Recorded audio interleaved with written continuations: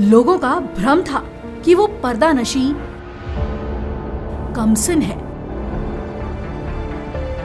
पर वो कमसिन नहीं थी। वो एक जांबाज थी।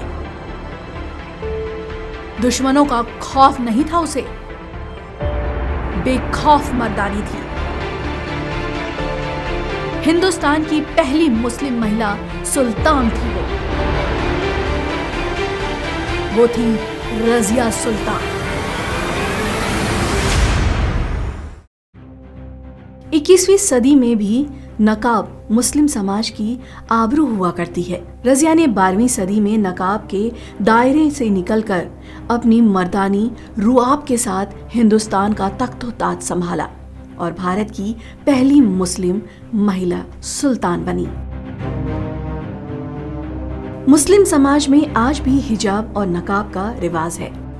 वैसे तो 1236 में रजिया पहली ऐसी मुस्लिम महिला थी जिन्होंने अपना नकाब हटाकर सुल्तान बनी, जिन्होंने न सिर्फ हुकूमत की बल्कि हिंदुस्तान के कई बड़े बड़े बादशाहों को अपने आगे घुटने टेकने पर मजबूर कर दिया। रजिया को बचपन से ही घुड़सवारी, तलवारबाजी और तीरंदाजी का शौक था और रजिया ने बचपन से ही इन सब में महारत हासिल किया था। साथ ही रजिया काफी बुद्धिमान भी थी। दिल्ली के नजदीक बदायूं में जन्मी रजिया सुल्तान इल्तुतमिश की सबसे छोटी बेटी थी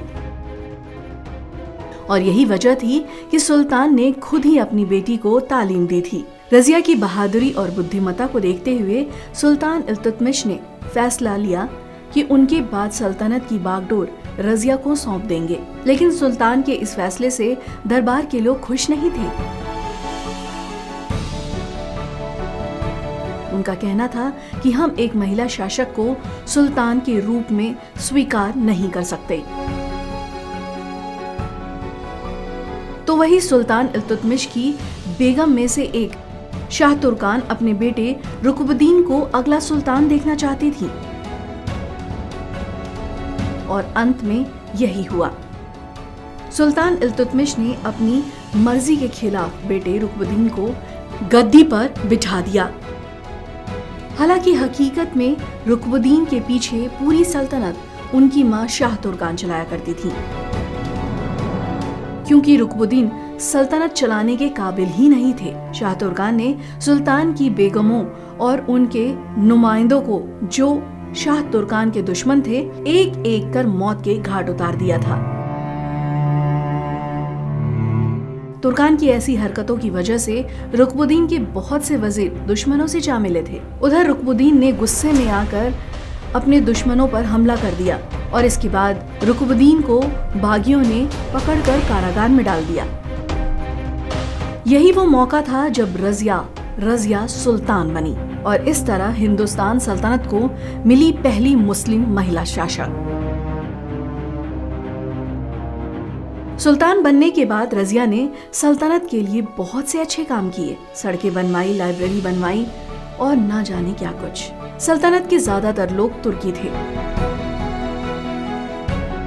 जिसकी वजह से रजिया ने अपनी वेशभूषा और रहन सहन मर्दानी कर ली और साथ ही रजिया सुल्तान खुद ही अपनी सेना का नेतृत्व भी करती थी। वही महल में याकूत नाम का एक गुलाम हुआ करता था, जो घोड़े के अस्तबल की देखभाल किया करता था। याकूत के काम से खुश होकर रजिया सुल्तान ने याकूत को अपना अंगरक्षक बना लिया, जिसके बाद तुर्कियों ने रजिया सुल्तान के खिलाफ बगावत कर दी। इसी मौके का फायदा उठाते हुए पंजाब के गवर्नर मलिक अल्तुनिया को भी याकूत का रजिया के करीब आना खटकने लगा, क्योंकि अल्तुनिया रजिया को बचपन से ही जानते थे और अल्तुनिया के दिल में रजिया के लिए एक खास जगह थी। रजिया को इस बात की खबर लग गई और रजिया सुल्तान ने अल्तुनिया को जवाब देने का सोचा और इसी फैसले को लेकर रजिया सुल्तान भटिंडा की तरफ निकल गईं। वहां पहुंचने से पहले ही बागियों ने याकूत को मार गिराया और रजिया सुल्तान को अल्तुनिया के हवाले कर दिया। रजिया सुल्तान के कैद होते ही उसके भाई बहराम शाह ने दिल्ली के तख्त पर अपना कब्जा कर लिया।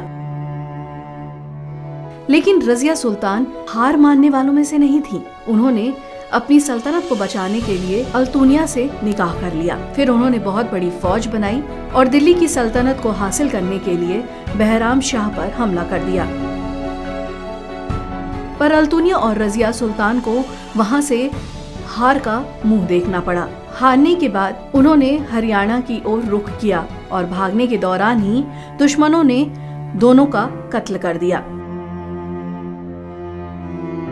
और इस तरह से हिंदुस्तान पर हुकूमत करने वाली एकमात्र मुस्लिम महिला का अंत हुआ। रजिया सुल्तान का शासनकाल 1236 ईस्वी से लेकर 240 ईस्वी तक ही चला। अफसोस की बात है कि पहली महिला शासक का नींव रखने वाली रजिया सुल्तान की कब्र हरियाणा के कच्छ में है, पर इस बात से लोग महरूम हैं और इस पर किसी की नेमत भी नहीं है। आज तो उसके अवशेष भी दिखते हैं, पर ये अवशेष धीरे धीरे लुप्त हो जाएंगे। कहीं ऐसा न हो कि ये इतिहास सिर्फ पन्नों में सीमित रह जाए।